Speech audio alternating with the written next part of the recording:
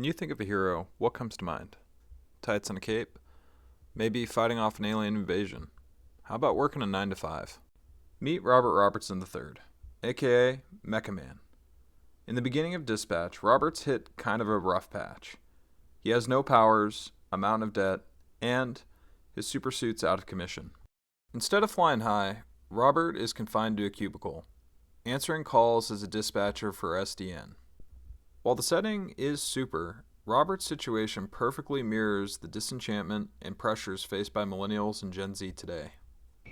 Right now, I'm someone with nothing to lose, which is probably bad news for you. Well, with nothing you have, you're about to lose again. Whatever the case, I'm gonna have to deal with a pack of fucking Skittles idiots like you. God damn it. Look, you're hurt. You're not thinking straight. You don't want to fight someone who knows which hand every punch is coming from.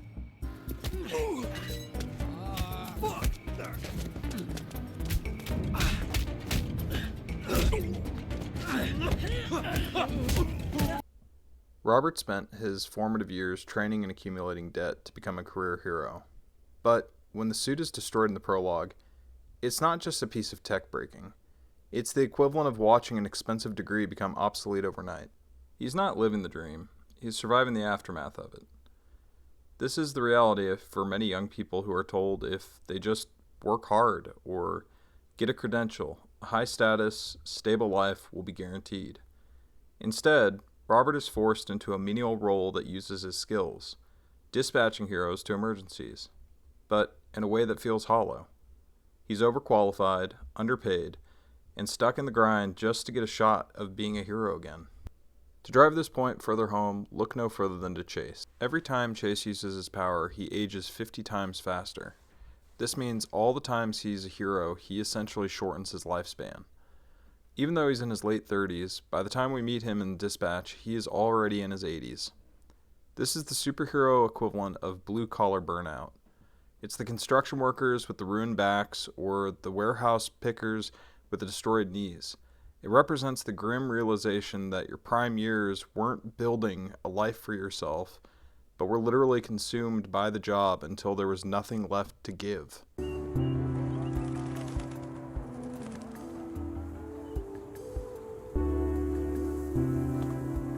Hey, you Phenomenon. How you doing, bud? I have been better, Robert Robertson. The blonde blazer and I have ended our relationship. Yeah, I heard about that. I'm sorry for your loss. It's very abrupt. One moment we were savoring uni straight from the urchin. Next moment, I'm contemplating flying into the sun, absorbing all its energy and casting this planet into infinite darkness so that I never have to see her or anyone else ever again. And the game doesn't just tell you this, it makes you see it. There's a profound loss of the spectacular in Dispatch. The vibrant colors are washed out and replaced with office color palettes. The lights are not flashy, they're fluorescent bulbs. In this version of LA, supers are commonplace. The magic's gone. Being a hero has been commodified and regulated into a bureaucracy. The greatness becomes a data point on a spreadsheet. The world loses its color. It reflects that specific moment when you realize the world isn't shaped by your heroics. It's just a place where you're expected to perform and produce a product. Imagine judging a hero like Spider-Man on the metrics of timeliness and effectiveness.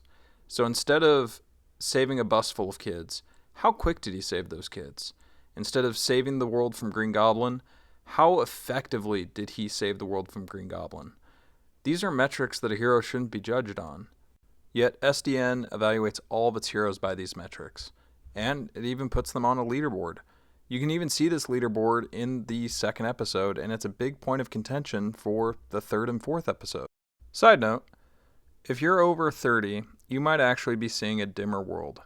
That's because when we age, the lenses in our eyes naturally yellow and our pupils shrink.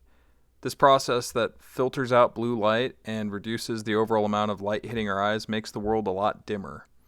So when we say the world felt brighter when we were kids, that's not nostalgia, that's biology. Dispatch uses desaturated beige color palettes to weaponize this biological reality. It forces us to inhabit a world that has lost its luster, mirroring what it's like to be an adult. It's a dim perception of the spectacular life that we were promised. I don't want to die in that suit. And I think for a long time, maybe I did. Like, it was the only option. Whether it was the suit exploding or just me keeling over in it as an old man, figured my story would always end in there. But not so much anymore. But just when I feel like I got a handle on it, got it figured out, I think about Chase and my dad and Shroud, then I get all fucked up. You know what I'm saying, Beef? You know what I mean. Then there's the weight of expectations. Robert was raised to be a hero. Not just any hero, Mecha Man. That is the ultimate form of parental pressure. He shoulders the burden of his father's legacy, feeling a constant need to be exceptional despite having no powers. This is the change the world trap. Our generation was told that we were destined to solve every global crisis, yet we were handed a world with systemic problems. Robert's struggle isn't with supervillains. It's with the feeling that he is a disappointment for simply being. Robert isn't just fighting to be a hero. He's fighting the ghost of the hero he was supposed to be. For many millennials and Gen Zers, our legacy is in the shadow of our parents' economic peak, a peak that feels nearly impossible to reach by today's standards. We were told to follow our passions, be the change we want to be. But when you're burdened by a system that requires a 10-step verification just to help someone, that idealism turns into imposter syndrome. You feel like a failure not because you aren't working hard, but because the heroic benchmark set by the previous generation is no longer achievable by today's standards. As a result, you have a generation of people who feel like they failed or they fell short. And it's not due to the effort, it's just that's how it is. Why is this? What? Did you? No. You must have just locked it. Sorry, force of. Fuck you! The gameplay of Dispatch reinforces this. You aren't controlling the punches, you're managing a roster of misfits. Your human resources for the Caped Crusaders. Your choices impact your relationships and your metrics, turning what should be a battle for justice into a series of HR nightmares and strategic resource allocation. This is where the gameplay loop really twists the knife. You aren't saving people, you're closing tickets. When you send someone from the Z team to fight crime or help someone, you aren't thinking about justice or the right thing to do. You're thinking about resource optimization. You're managing difficult personalities and mitigating risks, and multitasking. Phrases that belong in a LinkedIn profile, not a comic book. Dispatch captures that specific corporate exhaustion where your empathy is constantly at war with your KPIs. It turns the act of being a good person into a strategic series of trade-offs, making you realize that in a bureaucratic system, even your soul has a departmental budget. It's the final insult of the millennial struggle.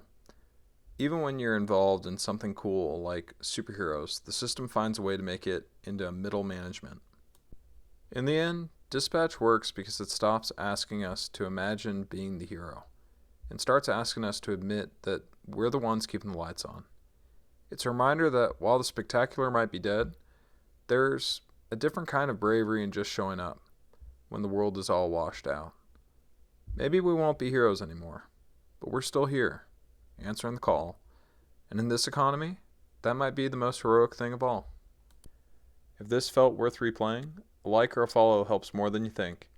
Either way, I'm Reset and Replay. I'll see you when I see you.